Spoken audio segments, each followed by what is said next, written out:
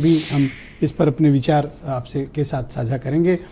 मेरे साथ एस सुधाकरन जी मौजूद हैं, फॉर्मर विंग कमांडर हैं। सुधाकरन जी, इस बार मैं देख रहा हूं ख़ास तौर पर ये जब से भारत ने स्ट्राइक की है पाकिस्तान पे, मैं ये देख रहा हूं कि या तो ड्रोन्स का इस्तेमाल हो रहा है या फाइटर प्लेन्स का इस्तेमाल हो रहा है, मिसाइल्स का इस्तेमाल हो रहा है। इस बार का इंगेजमेंट जो पाकिस्तान के साथ हमारा है और इसके पहले के जो इंगेजमेंट्स हैं, इस बार मुझे कुछ तरीके बदले हुए लग रहे हैं। क्या आप भी ऐसा महसूस करते हैं? जी, मैं ऐसे बिल्कुल महसूस नहीं करता, क्योंकि पिछले 20 साल में एयर पावर की जो इवोल्यूशन हुई है, उनकी रिस्पांस उसके हिसाब से हुआ है। अगर आप पीछे मुड़ के देखेंगे कि आखिरी बार कब हमने पाकिस्तान को एंगेज किया था, जो भी एंगेजमेंट थोड़ा लेवल पे जब हुआ था, कारगिल में हुआ था। कारगिल में वो दोनों एयरफोर्स एक दूसरे से भिड़ी नहीं थी। उससे पहले शायद, अगर मैं गलत नहीं हूं तो शायद इट वाज 1971। तो 1971 में ये सब तकनीक इतने इवॉल्व नहीं थे। लेकिन अभी की स्थिति अभी चेंज हो चुकी है। अभी पाकिस्तान जो कर रहा है वो आज के टेक्नोलॉजी स्टैंडर्ड्स के हिसाब से बिलो एवरेज है। मतलब वो अभी वहां तक पहुंचा नहीं है। अभी ऑटोनोमस ड्रोन्स का जमाना है, एआई का एक्सटेंसिव इस्तेमाल करते हैं लोग। पाकिस्तान ने ऐसा कुछ करते हुए ज्यादा मैं नहीं कहूंगा, ज्यादा थोड़ा बहुत ऑटोमेशन किया है, और वो भी बोरोड वेपन्स है। तो उसकी सिस्टम अभी उतनी इंटीग्रेटेड नहीं है जितनी इवॉल्व्ड। एक चर्चा आजकल एयर डिफेंस की कॉमन लोगों के बीच, आम नागरिकों के बीच बहुत है। हम लोग एक्सपर्ट तो नहीं है, लेकिन ये एयर डिफेंस सिस्टम में कंपैरिजन करेंगे तो हम लोग किस पोजीशन पे, अगर पाकिस्तान से कंपेयर करते हैं, उनकी और हमारी एयर डिफेंस में क्या अंतर है? देखिए, जब मैंने वायुसेना में जब मेरा कमीशन हुआ था, तब ये माना जाता था कि पाकिस्तान की एयर डिफेंस भारत से बेहतर है, क्योंकि हम बिल्कुल मैनुअल बैटसी, जो बेस एयर डिफेंस सिस्टम जिसको बोलते हैं, मैनुअल बैटसी सिस्टम पे होते थे, और वो लोग ऑलमोस्ट सेमी ऑटोमेटेड सिस्टम पे चलते थे।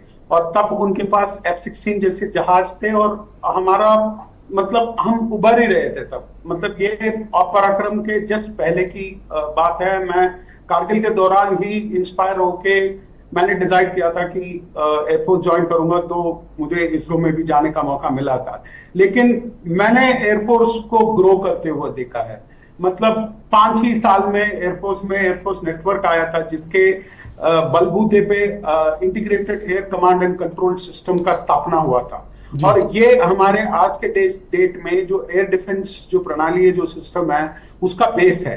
मतलब हमारे जितने भी रडार्स हैं वो इंटीग्रेटेड है, जितने वेपन सिस्टम्स हैं वो इंटीग्रेटेड है, और हम मतलब ये बॉडी के जैसे अंग काम करते हैं। तो आप ये कहना चाहते हैं कि हम सिंगल कमांड से ये लॉन्च कर सकते हैं? मतलब सिंगल कमांड देकर भी हम इन्हें लॉन्च कर सकते हैं? ऐसा नहीं है। ये एक फेडरल स्ट्रक्चर है।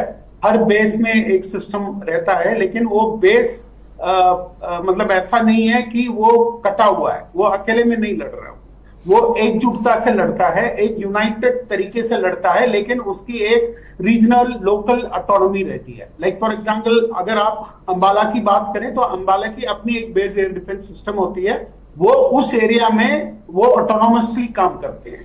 तो ऐसे हर शहर में, हर बड़े शहर में जहां पे एयरफोर्स है, वहां पे जितने भी वाइटल पॉइंट्स होते हैं, उनकी जिम्मेदारी होती है। तो एक तरह से बहुत लोग मिलजुल के काम करते हैं। तो हमने जैसे कि लाहौर में आज colonel Sofia Qureshi press conference कर रही थी, तो उन्होंने क्लेम किया कि हमने एयर डिफेंस सिस्टम पाकिस्तान का, उनके रडार को नाकाम कर दिया था, उसको ध्वस्त कर दिया था।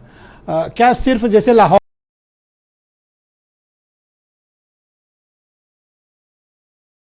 का मैं उदाहरण लूं, वहां पर मिसाइल अटैक भारत ने किए या ड्रोन अटैक्स जो भी हुए हों, ये एयर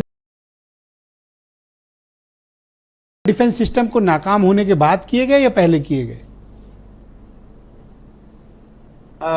आप सवाल को थोड़ा मैं ये जानना चाहता हूं कि पाकिस्तान के जिस एयर डिफेंस सिस्टम को ध्वस्त करने की बात हमारी तरफ से कही जा रही है, ये सिर्फ लाहौर में था या हमने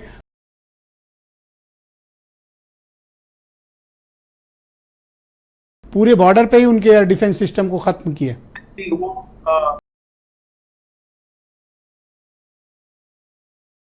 मतलब इसमें कंफ्यूजन है, मैं आपको क्लियर कर देता हूँ। हमने शायद एक रडार को टारगेट किया था, मैंने उतना ही देखा है। Okay. एक ड्रोन जाके एक रडार से, होता क्या है कि रडार्स जो हैं वो आरएफ सिग्नल्स भेजते हैं, मतलब वो जाके टारगेट्स को टकरा के आते हैं। जैसे होमिंग ड्रोन्स होते हैं, वो ड्रोन्स क्या करते हैं, इस सिग्नल्स पे लैच ऑन कर लेते हैं और जहां से ये सिग्नल आता है बिल्कुल उसके बीचों बीच जाके टकरा के फिर एक्सप्लोड कर लेते हैं। मतलब तो वो ये एक तरीके जैसे- से क्या हम इन्हें कह सकते हैं कि ये एक सुसाइडल ड्रोन्स हैं? हाँ, ये कामिकाजी ड्रोन्स हैं। हाँ। ये कामिकाजी ड्रोन्स हैं, लेकिन वो रडार होमिंग ड्रोन्स होते हैं ये। करेक्ट। ये रडार सिग्नेचर्स पकड़ते हैं और फिर उसको होम करके जाके सीधे रडार को जाके वहां जाके टारगेट एक्सप्लोर करते कर हैं। देते हैं। उसके बाद रडार किसी काम का रहता है।